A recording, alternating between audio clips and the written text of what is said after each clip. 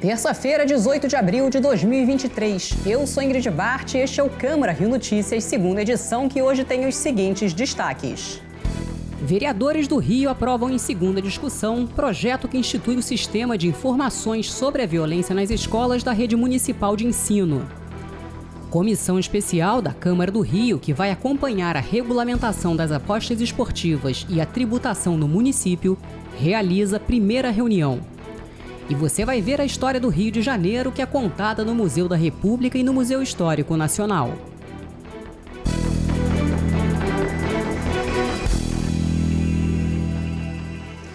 Boa noite. A gente começa esta edição falando da aprovação de vários projetos durante a sessão plenária desta terça-feira.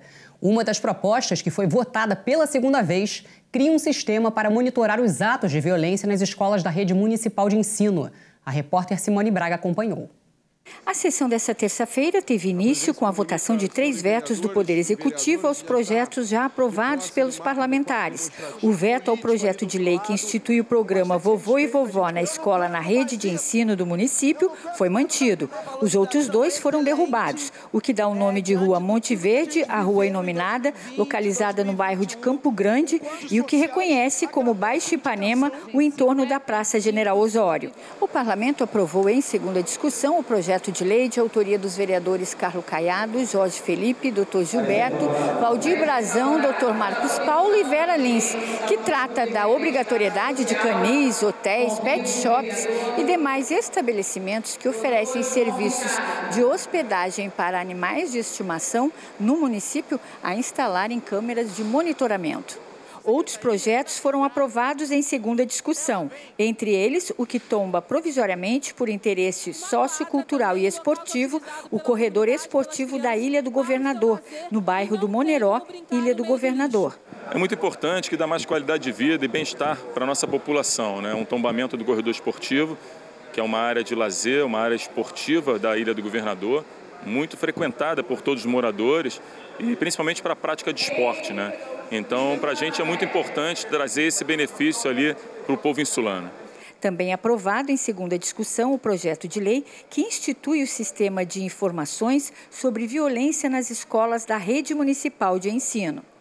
Os vereadores também aprovaram projetos em primeira discussão, entre eles o que determina que estabelecimentos públicos e privados que utilizem o sistema de senha disponibilizem avisos sonoros em chamada de voz das senhas para pessoas com deficiência visual. E o Legislativo Carioca começou a discutir nesta terça-feira o projeto de lei do Poder Executivo que reduz o ISS para as empresas de apostas digitais. Foi a primeira reunião da comissão especial com finalidade de avaliar e acompanhar a regulamentação das apostas esportivas e sua tributação no município. Além de vereadores, o secretário de Desenvolvimento Econômico, Simplificação e Inovação, Chicão Bulhões, também participou do encontro. As apostas esportivas são uma realidade no Brasil e no mundo. A proposta do governo federal de regulamentar os sites visa aumentar a arrecadação do país através da tributação das empresas de apostas, principalmente de jogos esportivos. Um dos desafios é criar um ambiente ideal para que elas se instalem aqui no município. A gente tem feito várias coisas para mudar um pouco o clima e a percepção sobre o Rio, que muitos tiveram negativa dos últimos anos. Então, a gente está reanimando a festa no bom sentido e tentando criar um ambiente bom para as empresas. Em 2020, a arrecadação nesses sites movimentou 7 bilhões de reais no Brasil. A expectativa é que esse ano o valor dessas apostas gire em torno de 12 bilhões. O presidente Carlos Caiado levantou algumas questões. Eu não posso fazer uma emenda, e não gostaria, seria inconstitucional, que eu não posso atrelar ISS, mas se o Poder Executivo, na sua prática direta, pudesse fomentar parte desse recurso de ISS para a gente poder ajudar no trabalho inclusivo aos esportes, principalmente amadores, que dá uma capilaridade que hoje a Prefeitura já faz, seria fundamental. O projeto de lei é uma iniciativa do vereador Pedro Duarte. O objetivo é acelerar a tramitação dessa proposta da Prefeitura, que estabelece uma alíquota reduzida do ISS para empresas de apostas digitais que se instalarem na cidade. Para ele, a questão da database inicial é importante para entender qual o cálculo usar como parâmetro. A Prefeitura coloca um dispositivo dentro da lei dizendo que a arrecadação ao longo dos anos vai ter que crescer. que faz sentido. Se nós vamos atrair essas empresas, a arrecadação da cidade vai aumentar. Só que como esse setor nunca arrecadou na cidade, a gente nunca cobrou do setor de apostas online, porque ele não existia, a discussão era qual vai ser a referência. E aí o primeiro ano de arrecadação ele não é envolvido nesse percentual e a partir do primeiro ano que vai vir um valor, a partir dele que vem o crescimento, o cálculo. Com essa iniciativa, o Rio tenta seguir o exemplo de São Paulo, onde a cobrança de ISS foi reduzida de 5% para 2%. Enquanto o governo federal discute essa regulamentação, a cidade do Rio quer sair na frente, como São Paulo já fez. São Paulo aprovou uma lei específica diminuindo seus impostos para receber essas casas de apostas online. Então o Rio precisa fazer o mesmo para competir com os nossos vizinhos aqui de São Paulo e ter capacidade de atrair isso para cá, gerando renda, gerando emprego na cidade e, obviamente, melhorando a arrecadação. O município tem um papel importante na hora de fixar a alíquota, o quanto vai cobrar de imposto sobre o serviço do nosso ISS. São Paulo já saiu na frente, reduziu de 5% para 2%, e o Rio de Janeiro, para ser competitivo, para atrair essas empresas, nós também estamos fazendo esse movimento e vamos reduzir para 2% e atrair para cá esse setor que é tão forte. Vai ver, afinal, o Campeonato Carioca cheio de placa das empresas de aposta, os clubes todos, os 4 grandes cariocas patrocinados por empresas de aposta. Então é um setor muito grande e o Rio de Janeiro tem que ser o destino natural delas. E olha, a Comissão Especial do Plano Diretor da Câmara Municipal vai realizar audiência pública nesta quarta-feira para discutir os impactos das emendas sugeridas pelo Poder Executivo na área de Planejamento 1, que corresponde à região central da cidade. A atualização do Plano Diretor vai definir as diretrizes para o desenvolvimento urbano do Rio nos próximos 10 anos. A audiência desta quarta-feira vai detalhar as sugestões de mudanças no zoneamento e no uso e ocupação do solo, apresentadas para os 15 bairros da área de Planejamento 1, entre eles o Centro, Santa Teresa e São Cristóvão. Esta é a 4ª audiência pública promovida pela Câmara desde que a Prefeitura enviou 215 propostas de emenda ao projeto de lei original em novembro do ano passado. As emendas foram analisadas pelo Instituto Brasileiro de Administração Municipal, o IBAM, que presta assessoria técnica ao Legislativo. O órgão considerou que 80 dessas alterações são de grande relevância, 86 são ajustes de redação e outras 49 mudanças pontuais. Das 3 audiências públicas realizadas pela comissão neste ano, a primeira foi sobre a retomada dos trabalhos e as 2 últimas foram sobre os instrumentos da política urbana, como a outorga onerosa do direito de construir, o termo territorial coletivo e as áreas de especial interesse social. A Câmara também quer ampliar a participação popular no projeto, depois de receber mais de 1.000 contribuições online na primeira etapa de discussões. Está disponível nova consulta pública sobre a atualização do plano diretor. Os interessados devem acessar o site câmara.rio/plano diretor para saber tudo sobre o assunto e preencher o formulário para enviar sugestões ao projeto. Para o presidente da comissão, o vereador Rafael Aloysio Freitas, a participação popular é fundamental para o novo plano diretor e todas as reivindicações apresentadas pela população serão analisadas e debatidas pelos vereadores. As audiências do plano diretor têm ficado bastante concorridas, participação imensa, da sociedade civil, e agora a gente vai entrar na fase das últimas audiências, que são as audiências em relação aos territórios, às áreas de planejamento. A gente vai ter a audiência da área de planejamento 1, na outra semana 2, depois a 3, a 4 e a 5. E aí a gente encerra as audiências públicas para entrar na fase de discussão do projeto. Então convido a todos para que participem e vamos debater nossa cidade para fazer o melhor pelo Rio. Você vai ver depois do intervalo. Lei aprovada na Câmara do Rio prevê que a Prefeitura dê acolhimento e pernoite às pessoas em situação de rua.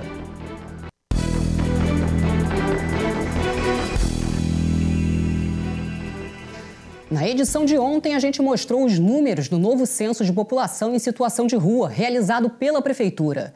Houve um aumento de 8,5% em relação ao levantamento de 2020. Atenta a essa realidade, a Câmara do Rio aprovou a lei que cria um programa de acolhimento e pernoite de moradores em situação de rua. O aumento de moradores em situação de rua, confirmado pelo censo da Prefeitura, é uma preocupação não só da população, mas também da Câmara Municipal. Várias leis foram aprovadas com o objetivo de aperfeiçoar a legislação e criar políticas públicas para atender às necessidades dessa população. A mais recente é que cria o Programa Especial de Acolhimento e Pernoite de Pessoas em Situação de Rua.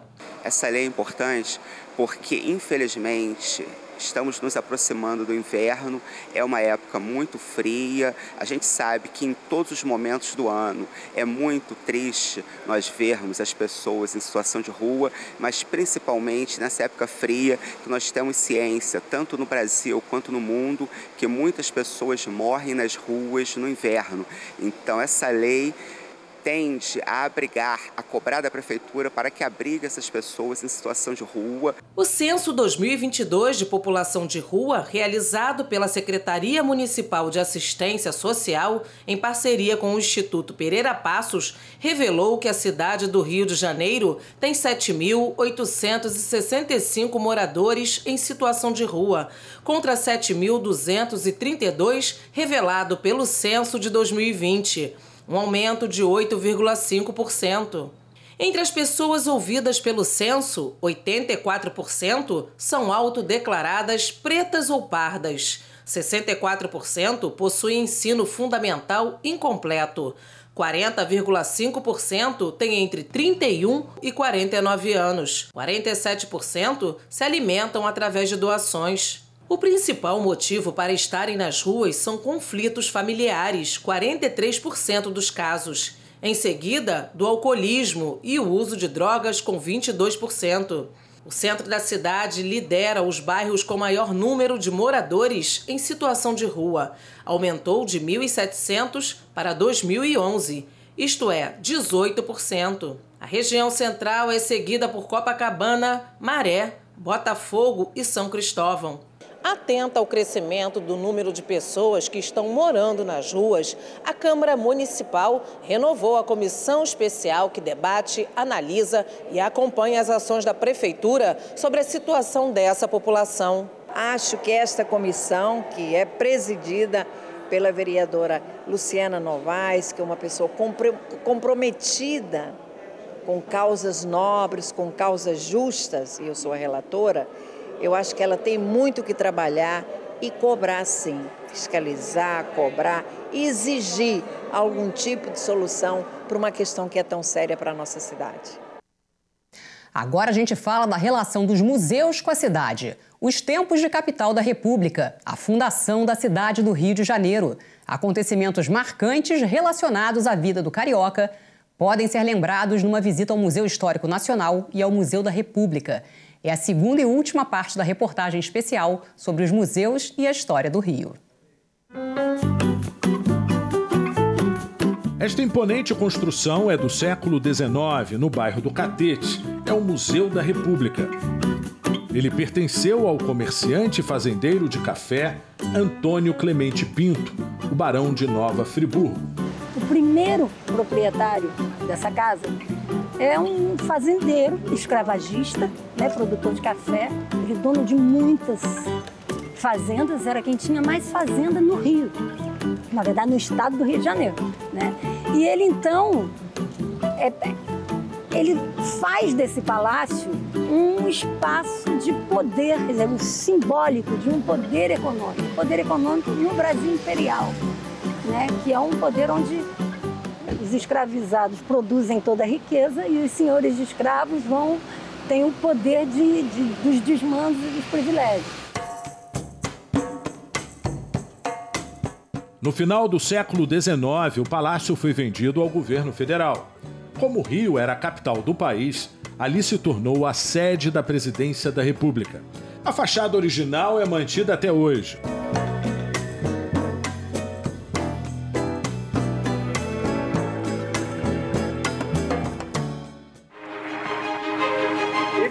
Dizer que voltei a fim de defender os interesses mais legítimos do povo. O palácio é muito ligado à figura do ex-presidente Getúlio Vargas. Na campanha presidencial de 50, ele fez uma promessa inusitada. O Getúlio, na campanha de 50 para presidente, ele disse que se ele vencesse as eleições, ele ia subir com o povo a escadaria do Catete. E assim, até hoje, vêm pessoas ao museu para conhecer a escadaria do Catete. Um dos lugares mais visitados do palácio é este quarto que fica no 3º andar. Foi neste cômodo, no dia 24 de agosto de 54, que Getúlio Vargas tirou a própria vida. A tragédia do suicídio, ela comoveu mesmo muita gente, muita gente. E até hoje você tem visitação no dia 24 de agosto, que foi o dia do suicídio de Getúlio. Então tem visitação de pessoas que vêm, tem pessoas que choram, pessoas que contam para os seus netos sobre quem foi Getúlio, a importância de Getúlio, né?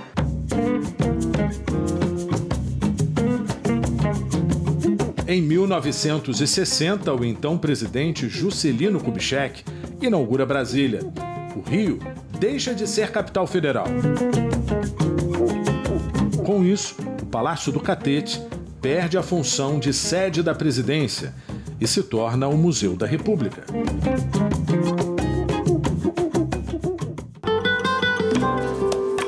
O Museu Histórico Nacional foi fundado em 1922 para comemorar o centenário da independência. Ele fica na Praça Marechal Âncora, no centro. No passado, este era um local estratégico. Aqui ficava o Morro do Castelo, um espaço que já foi uma base militar do Império. Lá, então, fizeram a Sé, fizeram o Colégio Jesuíta, todas as instituições, e a cidade foi se desenvolvendo na várzea e o Morro do Castelo foi sendo abandonado, foi ficando a população mais pobre lá.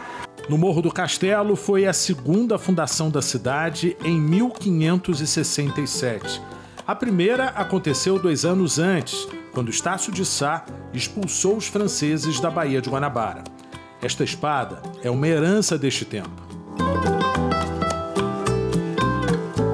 O Estácio, então, lutando do lado dos portugueses, acabou morrendo com a flechada, porque muitos índios lutaram com os franceses, não é? Mas a cidade foi fundada onde hoje, ali perto do Pão de Açúcar. O museu possui mais de 300 mil itens. Uma ala inteira fala sobre comportamento. Destaque para este vestido feminino e esta roupa de banho masculina dos anos 20.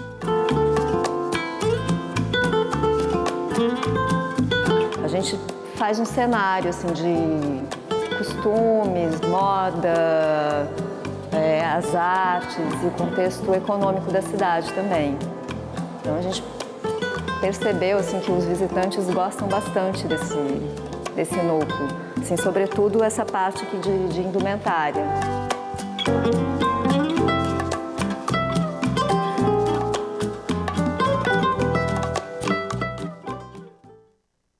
Em solenidade que acontece agora à noite, a Câmara Municipal do Rio homenageia São Jorge e Ogum com a entrega de moções de aplausos a casas de Umbanda e Candomblé. A iniciativa é do vereador Átila Nunes. O repórter Sérgio Costa tem as informações. Esta é uma cerimônia em homenagem a Ogum e São Jorge. Foram entregues moções de aplausos, congratulações e também louvor. A iniciativa é do vereador Átila Nunes. Na lista de homenageados estão as casas de Umbanda e Candomblé. São 27 casas homenageadas. Símbolos de batalhas e vitórias. Ogum é um dos orixás mais cultuados do Brasil. É considerado o comandante supremo, o orixá das batalhas que luta à frente com todas as forças. No Candomblé e na Umbanda, Ogum está associado a São Jorge. Não é incomum que divindades de tradições religiosas africanas sejam representadas por santos católicos, já que no passado o culto aos orixás era proibido no Brasil. Antes da cerimônia, nós conversamos com homenageados e o vereador. O dia de Ogum, dia de São Jorge, já virou uma data tradicional no Rio de Janeiro. É uma data que não só é feriado, mas assim, o número de adeptos, né, realmente é um número expressivo em toda a cidade. Inclusive, a gente vê, né, festas que muitas vezes viram ali à meia-noite para entrar já comemorando. Então, é uma data muito especial. Então, a nossa ideia foi justamente fazer esse casamento, ou seja, aproveitar, fazer uma homenagem a São Jorge, a Ogum, junto com o terreiro, junto com lideranças religiosas que tem, né, dentro do seu santo justamente Ogum, para que a gente pudesse fazer essas homenagens. É muito importante a gente ajudar o próximo e ter esse reconhecimento que antes a gente não tinha.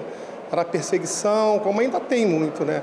E hoje nós temos os nossos amigos, o Átila e o Alexandre Átila, que abraçou a causa, né? Não só da Umbanda, mas como o Candomblé e todas as outras religiões dentro do meio que a gente estava esquecido.